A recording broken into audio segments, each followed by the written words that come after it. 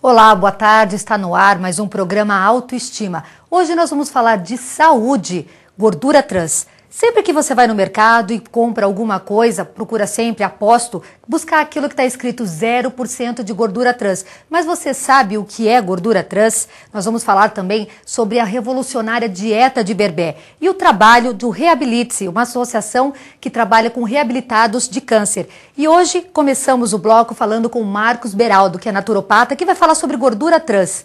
Olá, Marcos, boa tarde, obrigada pela sua companhia novamente aqui. E começamos mais uma vez com um assunto bem importante, né? Que é saúde e alimentação. Gordura trans. O que é a gordura trans, Marcos? Primeiramente, boa tarde, Fabiola. A gordura trans ela é um tipo de gordura hidrogenada que passou por um processo de industrialização. Então ela recebeu elementos químicos como o níquel e a platina, que vai deixar ela de uma forma cremosa. Essa é a gordura trans. E é o que a gente consome.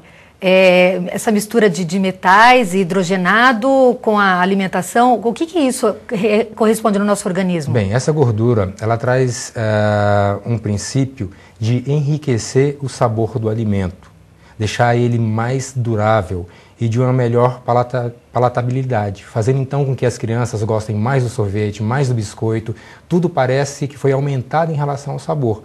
Por isso que ela foi tão utilizada pela indústria. E ela faz bem ou mal para a saúde? Por serem industrializadas e passar por esse tipo de metais que são agregados a ela é uma gordura nociva para a saúde humana. Ela é contraindicada para aplicação em alimentos. E quando a gente consome a gordura trans? Porque tem alimentos que não estão lá dizendo assim 0%, que hoje parece uma moda, né? Todos os pacotinhos tal, coloca ali 0% de gordura trans, como se fosse isso uma tendência. E quando não tem e a gente consome essa gordura trans, o que acontece? Bem, o ideal é que nós evitemos alimentos que contenham a gordura trans.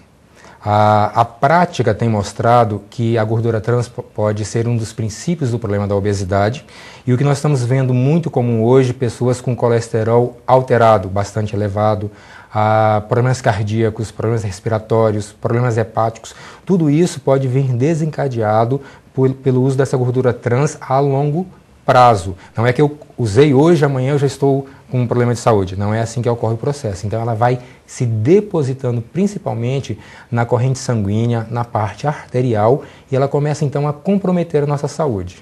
E com esses pacotes, né, essas embalagens que vêm já dizendo assim 0% de gordura trans, é só com a gordura trans que as pessoas têm que se preocupar ou tem algum outro tipo de gordura como a trans que faz mal?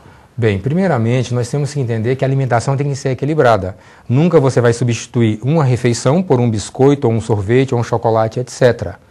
A questão é que as gorduras são saudáveis e necessárias para a nossa saúde. Aí nós temos o bloco da gordura saturada, da gordura monoinsaturada e da gordura poliinsaturada.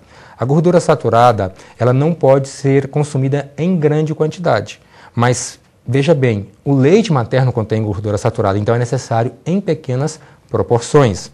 Já a gordura monoinsaturada e poliinsaturadas são gorduras vegetais saudáveis, que são as chamadas gorduras do tipo ômega, que vai estar o ômega 3, o 7, o 6 e o ômega 9. Então o ideal é que passemos a ter esta gordura dentro da nossa alimentação.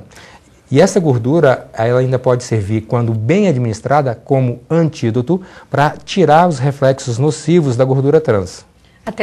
Então, parece até engraçado que agora quando a gente for comprar, não tem que olhar só o 0% de gordura trans, você tem que pesquisar os outros tipos de gorduras, tem que ter um equilíbrio na embalagem. Na realidade, é mais que só o tipo de gordura, é a estrutura do alimento, correto? O que tem ali é realmente benefício para a nossa saúde, porque ali dentro você vai ter conservantes. Então, entre você ir para o supermercado e pegar um alimento que tem 0 gordura trans e tem uma série de componentes que você não entenda, vá na parte da quitanda do supermercado e pegue uma fruta. É saudável, prático, direto e você não corre risco de comprometer a sua saúde. E o incrível é que não é o hábito, né, do povo no geral, dos brasileiros, terem esse, até mesmo dos americanos, de comer verduras, frutas. E até saiu uma pesquisa dizendo que se houvesse uma substituição de 40% dessas alimentações, né, das gorduras, por frutas e verduras, não haveria casos de obesidade, não é mesmo, Marcos? Isso é mais do que uma pesquisa, isso é um estudo profundo da Organização Mundial de Saúde.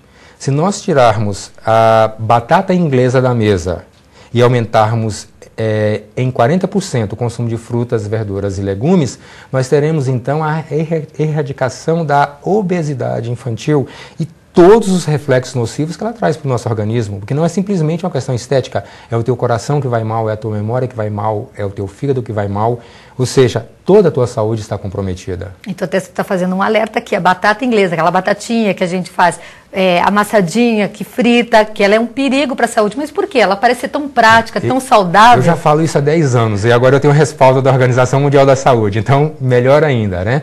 Ela é um alimento rico em energia e pobre em nutrientes. Então ela te dá uma energia, te dá uma disposição, só que o organismo usa como armazenamento dessa disposição gordura. Então ela deixa você o quê? Mais gordo, acumulando gorduras principalmente na região abdominal. Eu até brinco, quem come batata tem cara de batata e corpo de batata. Então tem que pensar agora 2 vezes em comer a batata. E até voltando na gordura trans, Marcos, como que a gente identifica nos produtos? Porque tem muitos pacotes ali, embalagens que não diz 0% de gordura trans. Tem uma cadeia de alimento que fala assim, que você até indica não comer, não consumir, que ele tem? Vamos entender então os mais comuns que utilizaram esse tipo de gordura. Os sorvetes, os biscoitos recheados, biscoito de água e sal, esses salgadinhos que vêm empacotados. Esses daí foram os mais comuns que utilizaram esse tipo de gordura. Como houve uma manifestação da mídia em alertar os perigos dessa gordura, então a indústria houve uma tendência à retirada ou diminuição de percentual da gordura trans. Mas a questão hoje não é só a gordura trans que está em voga. Há outros tipos de gorduras que podem estar condensadas nesses alimentos que não são saudáveis, principalmente a base de colesterol. Então nós teríamos que analisar hoje que o ideal seria a gordura fazer então alimentos essencialmente de gorduras monoinsaturadas e poliinsaturadas, que seriam gorduras saudáveis. Então ao invés de você comprar um sorvete pronto, você pode fazer um sorvete em casa, variando aí os sabores de frutas, etc. E esse você ter uma garantia que ele não tenha gordura trans. Muitas vezes as pessoas colocam assim, puxa, a padaria tal está fazendo um pão que não tem gordura trans, o outro faz um bolo que não tem gordura trans.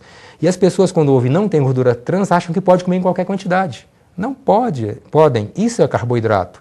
Então, o ideal é saber que se você for comer esses alimentos, tem que ser moderado, independente da presença ou não da gordura trans. Isso que você falou agora é bem importante. Quando você vê aquele 0% enorme desse tamanho, você fala, oba, vou me esbaldar que isso aqui é saudável. E não é por aí, né, Marcos? É verdade. Aqui que entra a questão da ignorância nutricional. É você não saber balizar os grupos alimentares e fazer o quê? Compor a mesa corretamente. Porque hoje tudo, Fabiola, passa por educação. E uma criança devidamente educada, ela vai saber da importância dela comer a fruta. Então, ela comeu um biscoito, perfeito. Agora, eu preciso de ter um correlato do processamento desse biscoito, que são as fibras que vão estar na maçã, na pera, no morango e frutas em geral. Nossa, como é difícil você balancear uma alimentação, ainda mais para criança. Eu tenho 2 em casa, quando levo elas no mercado é uma tortura, porque aquele corredor do biscoitinho, da bolacha, meu Deus, eu tenho que sair correndo, porque eles se abraçam com tudo, e é tudo que prejudica a saúde. E eu como mãe, até para você me dar uma orientação, como que eu devo balancear essa alimentação? Tenho que colocar uma maçã no lanche, sempre colocando uma fruta, uma verdura para intercalar? Com certeza. Sempre procure acrescentar, ao invés de colocar o refrigerante, colocar água de coco, que já tem ela industrializada em caixinha, colocar frutas e negociar com a criança. Você quer comer biscoito? Sim, então de segunda a sexta-feira, a sábado, você vai comer uma maçã todos os dias ou uma salada de frutas, etc., para que ele tenha um benefício do biscoito. Como eu te falei, o biscoito ele é muito sedutor, porque primeiramente eles utilizam glutamato monossódico também, que é outro elemento que realça sabor, que é chamado de umami, o 5º sabor, que é um sabor que até então não era detectado pelo paladar humano. Então os japoneses desenvolveram uma técnica que nós passamos a detectar isso e de repente não achar tão prazeroso a comida tradicional, a fruta, o legume, etc. Então elas foram seduzidas pela indústria através desse 5º sabor. Então, que é um veneno, né? Sim, é um veneno e elas não conseguem, elas sentem aquela necessidade. Porque, entre aspas, parece que vicia. A criança quando vê aquilo já começa a salivar e quer, porque quer. Aí, porém, nós temos então a alternativa de usar a psicologia junto com a nutrição, de limitar. Então, você gostaria de ter um lanche com batata frita no domingo? Então, você vai comer fruta, você vai comer o brócolis, você vai comer o arroz com feijão bem balanceado. A palavra é negociar, né? Tem que saber negociar. Negociar sabendo que a autoridade pertence aos pais, nunca às crianças. Certo. Marcos, até isso é um empecilho grande para quem quer perder peso de dieta.